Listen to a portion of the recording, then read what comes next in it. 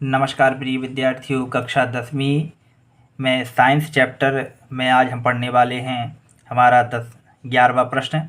और हमारा जो आज का प्रश्न है आप देख सकते हैं। हमारा जो प्रश्न है वो है निम्न अभिक्रियाओं को संतुलित कीजिए।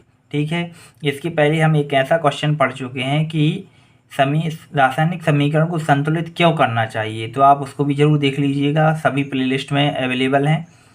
तो आज हम देखेंगे इन सभी प्रश्नों को। ये जो आप देख सकते हैं कि हाइड्रोजन क्लोरीन, हाइड्रोजन क्लोराइड, ये कैसे संतुलित करना है समीकरण को, तो उसको करने से पहले इसका जो बेसिक है वो मैं आपको बताता हूँ। ठीक है, यदि आपको ये समझ में नहीं आता है तो दोबारा वीडियो देख लीजिएगा या फिर कमेंट कीजिएगा। ठीक है, लेकिन इसकी भाषा बहुत ही सरल है, तो मुझे नहीं लगता है कि आपको दोबारा भी देखने की ज़रूरत पड़ेगी। तो वीडियो के साथ अंत तक ज़रूर बने रहें। चलिए हम देखते हैं। यहाँ पर सबसे पहले यदि बात की जाती है तो हमें कुछ बेसिक जानकारी होना ज़रूरी है। जैसे कि हम बात यदि करें कि कैल्शियम, इसमें इस प्रश्न को हल करने के लिए हमें कौन कौन सी चीज़ें आवश्यकता रहेगी, तो उनको आप देख लीजिएगा। सबसे पहले हमें चाहिए यहाँ पर क्या, जैसे कैल्शियम। ये जो कैल्शियम है इसका रासायनिक सूत्र क्या होता है? कैल्शियम, ये देखिए यहाँ पर शक्कर का शा आएगा, सॉरी। कैल्शियम को हम किससे, Ca से प्रदर्शित करते हैं। किससे? Ca से। ठीक है, फिर बात करते हैं हाइड्रोजन की। जो हाइड्रोजन होता है, हाइड्रोजन को हम लिखते हैं क्या, H2। हाइड्रोजन को क्या लिखते हैं, H2। इसके बाद हम बात करते हैं क्लोरीन की। क्लोरीन को हम प्रदर्शित करते हैं Cl2 से। किससे करते हैं? Cl2 से। ठीक है, बहुत ही देखिए बेसिक जानकारी है, इसी के साथ इन क्वेश्चनों को करेंगे हम, तो पहले इनको हमें जानना ज़रूरी है। तो ये हो गया हमारा क्या, Cl2। उसके बाद हम बात करते हैं क्या, बेरियम।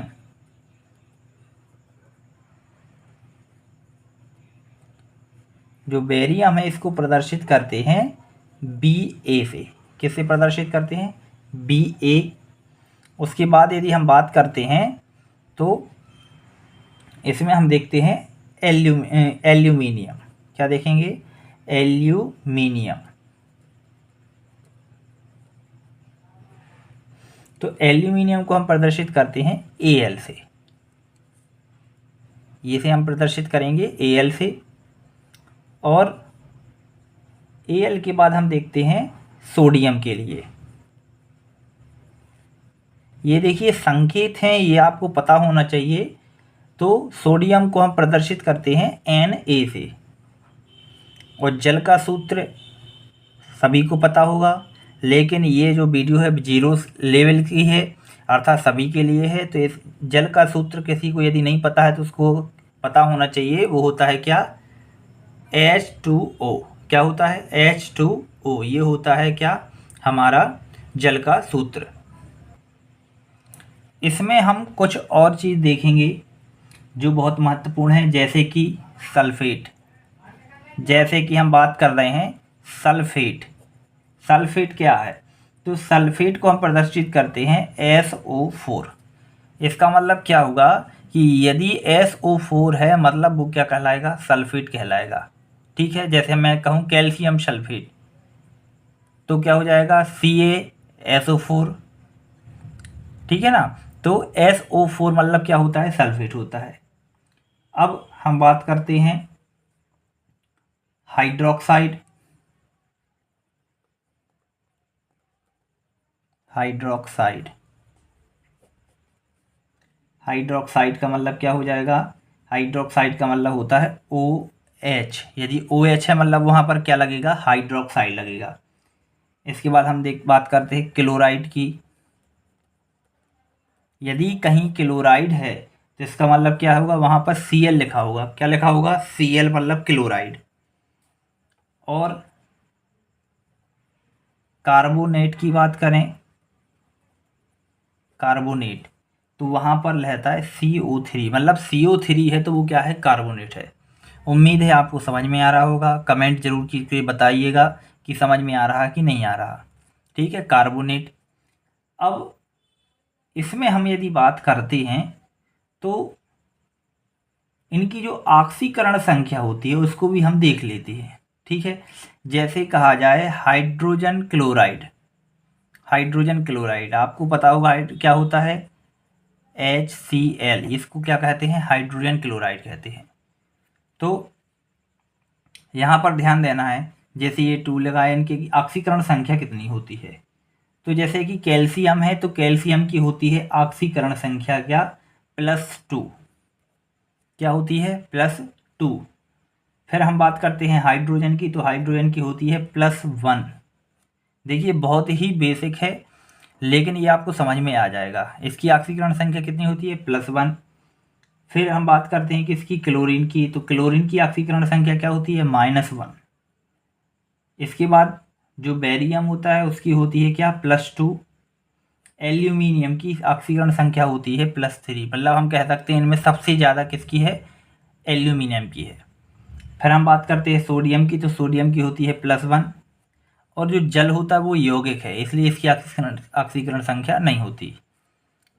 बात करते हैं सल्फेट की, तो सल्फेट की कितनी होती है, -2। हाइड्रोक्साइड की यदि बात करते हैं तो हाइड्रोक्साइड की कितनी होती है, -1। क्लोराइड की बात करते हैं तो उसकी भी क्या होती है, -1। और कार्बोनेट की यदि बात करते हैं तो होती है क्या, -2। इसका मतलब -2 कितने लोगों की होती है, सल्फेट की और कार्बोनेट की। ठीक है, ये उम्मीद है आपको समझ में आया होगा। अब जैसे बात करते हैं, हमें बनाना है, देखिए क्या, सोडियम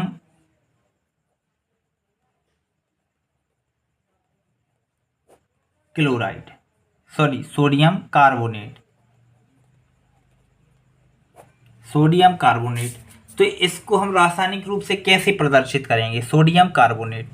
तो सोडियम को किससे प्रदर्शित करते हैं, आप देख सकते हैं यहाँ पर Na तो हमने लिखा Na। ठीक, अब बात करते हैं Na, और उसके बाद करते हैं कार्बोनेट को कैसे लिखते हैं, CO3। तो क्या इनकी ऑक्सीकरण संख्या बराबर है, बराबर का मतलब प्लस और माइनस करके दोनों का क्या आना चाहिए, 0 आना चाहिए। जैसे यहाँ पर देखिए कार्बोनेट की कितनी है, -2, और सोडियम की कितनी है, +1। तो देखिए यहाँ पर आ गया है +1, यहाँ पर आ गया है -2, क्या बराबर हैं। यदि दोनों को जोड़ते हैं तो क्या 0 आ रहा, नहीं आ रहा। हाँ, मतलब क्या है, यहाँ पर कितना होना चाहिए था, 2 होना चाहिए था। क्या होना चाहिए था, 2 होना चाहिए था। तो इसको हम ऐसा लिखते हैं क्या, Na2CO3, इसका मतलब सोडियम कार्बोनेट, Na2CO3। तो देखिए यहाँ पर ये सूत्र बन जाता है इनका क्या, Na2CO3।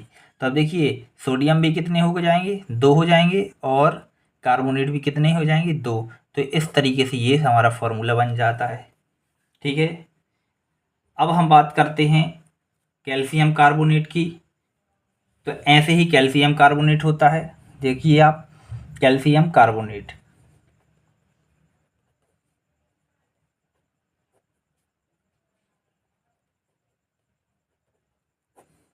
Calcium carbonate. तो कैल्शियम कार्बोनेट क्या होता है, कैल्शियम मतलब क्या है, जैसे आप देख सकते हैं कैल्शियम यहाँ पर Ca और कार्बोनेट मतलब CO3। इसकी कितनी होती है, -2, और कैल्शियम की कितनी होती है, +2। तो दोनों बराबर होते हैं, इसलिए साथ में लिखे जाते हैं क्या, CaCO3, मतलब कैल्शियम कार्बोनेट। ठीक है, तो अब हम देखते हैं अपने प्रश्नों को कि प्रश्न क्या कह रहे हैं। देखिए, हमें निम्न अभिक्रियाओं को संतुलित करना है। हाइड्रोजन, तो ध्यान दीजिएगा हमारी पहली अभिक्रिया। ठीक है, हाइड्रोजन को किससे प्रदर्शित करते हैं, तो हाइड्रोजन को प्रदर्शित करते हैं किससे, अकेला है तो H2 से, तो ये H2 हो गया। ठीक है, हाइड्रोजन। क्लोरीन को प्रदर्शित करते हैं हम क्या, Cl2 से, हाइड्रोजन प्लस क्लोरीन, ठीक है, ये लिख गया। अब ये हमने लगाया तीर का निशान, और यहाँ क्या बन गया, हाइड्रोजन क्लोराइड। तो हाइड्रोजन क्लोराइड मतलब HCl, ये हाइड्रोजन क्लोराइड हो गया। अब हम देखते हैं क्या ये संतुलित है कि नहीं है। देखिए यहाँ पर हाइड्रोजन कितने हैं, 2, और क्लोरीन भी कितने हैं, 2 हैं, लेकिन यहाँ पर देखिए दोनों एक ही है। मतलब यहाँ हम यदि यहाँ 2 और यहाँ 2 करते हैं तो वो सही तरीका नहीं होता।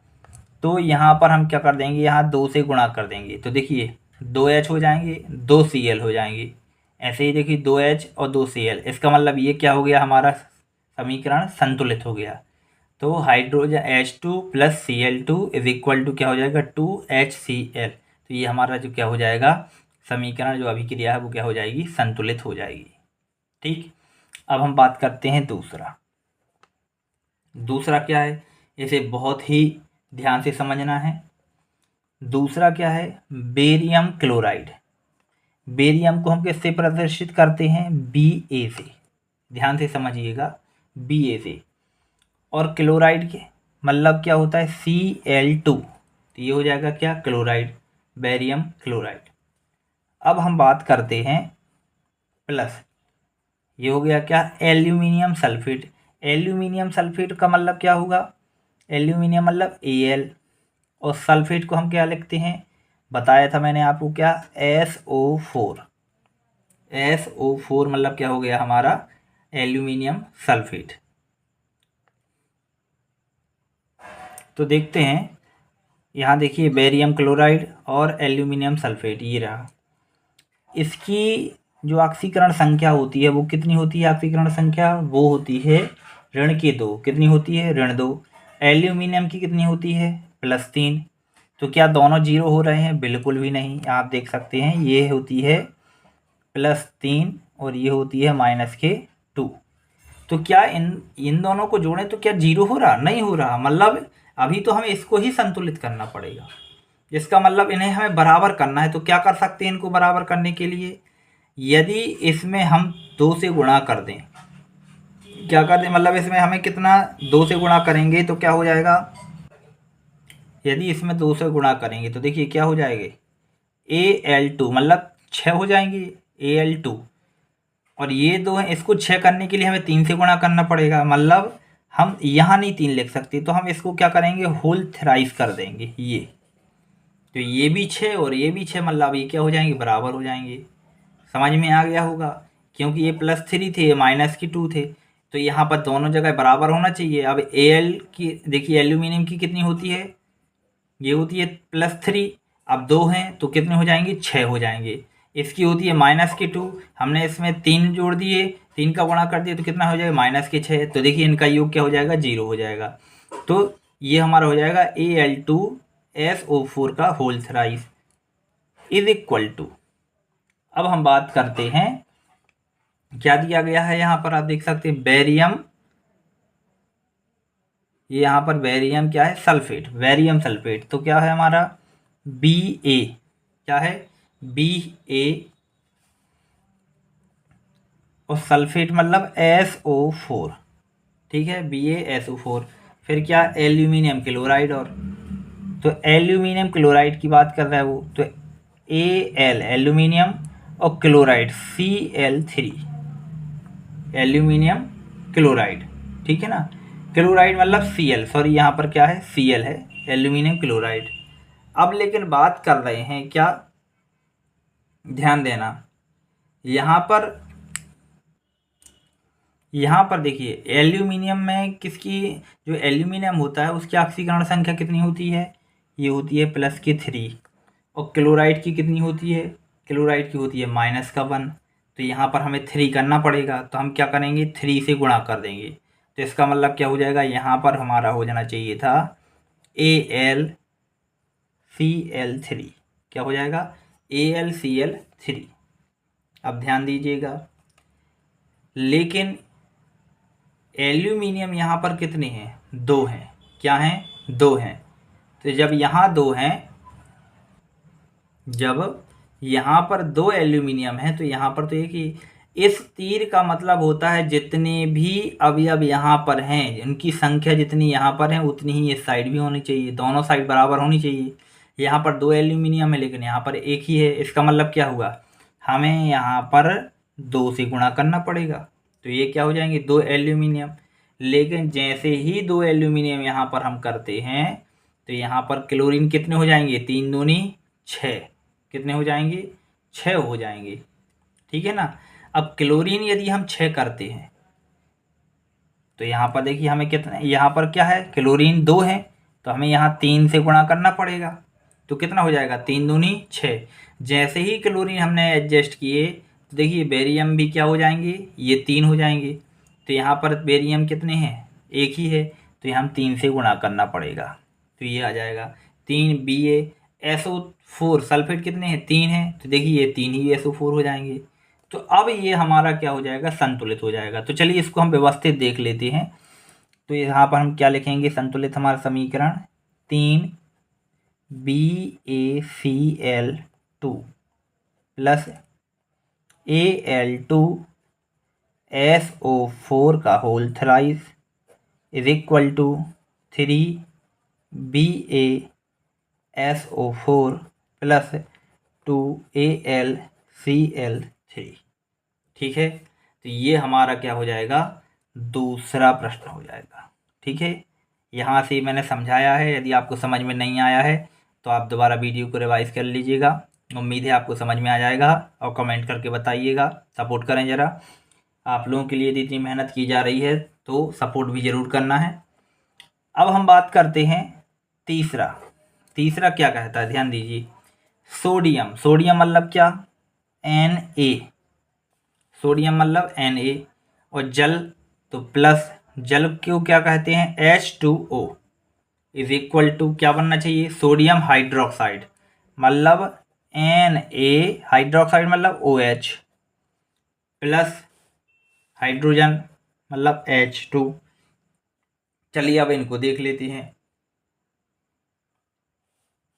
यहाँ पर क्या आ रहेगा, हमें ध्यान देना है ज़रा। यहाँ पर देखिए जो H है 2 है, तो इस साइड आप देखिए H2 मतलब 2H और एक H, यहाँ पर तो 3H हो जाएंगे और यहाँ पर तो H केवल 2 ही है। तो हमें क्या करना पड़ेगा, दोनों साइड बराबर करना है। तो यहाँ पर हमने 2 से गुणा किया, जैसे ही 2 से गुणा किया तो क्या हो जाएगा, 2 दूनी 4, तो यहाँ पर 3 और यहाँ पर 4, तो ये तो बड़ दिक्कत वाली बात हो जाएगी हमारे लिए। तो हमें इनको क्या करना पड़ेगा, यदि 2H यहाँ पर हैं तो यहाँ पर भी हम क्या कर दें, 2 से गुणा कर देंगे, तो क्या हो जाएंगे, तो ये हमारे हो जाएंगे 2H हो जाएंगे। ठीक है। तो ये कंप्लीट हो गया हमारा। ठीक। फिर हम बात करते हैं O कितने हैं, यहाँ पर देखिए 2 हैं तो 2 O हो जाएंगे। उसके बाद हम बात करते हैं, ये 2 O हो गए। सोडियम कितने हैं, 2 हैं यहाँ पर इस साइड, लेकिन एक ही है। इसका मतलब यहाँ पर हमें क्या करना पड़ेगा, ये 2 से गुणा यहाँ करना पड़ेगा, तो ये भी संतुलित हो जाएगा। देखिए 2 सोडियम 2 सोडियम 4 हाइड्रोजन, तो 2 ये 2 ये और 2 ये, तो कितने हो जाएंगे 4। और ऑक्सीजन कितने हैं 2, तो 2 ऑक्सीजन हो जाएंगे। तो इस तरीके से ये क्या हो जाएंगे, संतुलित हो जाएंगे। तो उम्मीद है कि आपको ये समझ में आए होंगे। यदि समझ में आते हैं तो कमेंट कीजिए, सब्सक्राइब कीजिए, फॉलो कीजिए और सपोर्ट करें। मिलते हैं अगले वीडियो लेक्चर में। बहुत बहुत धन्यवाद।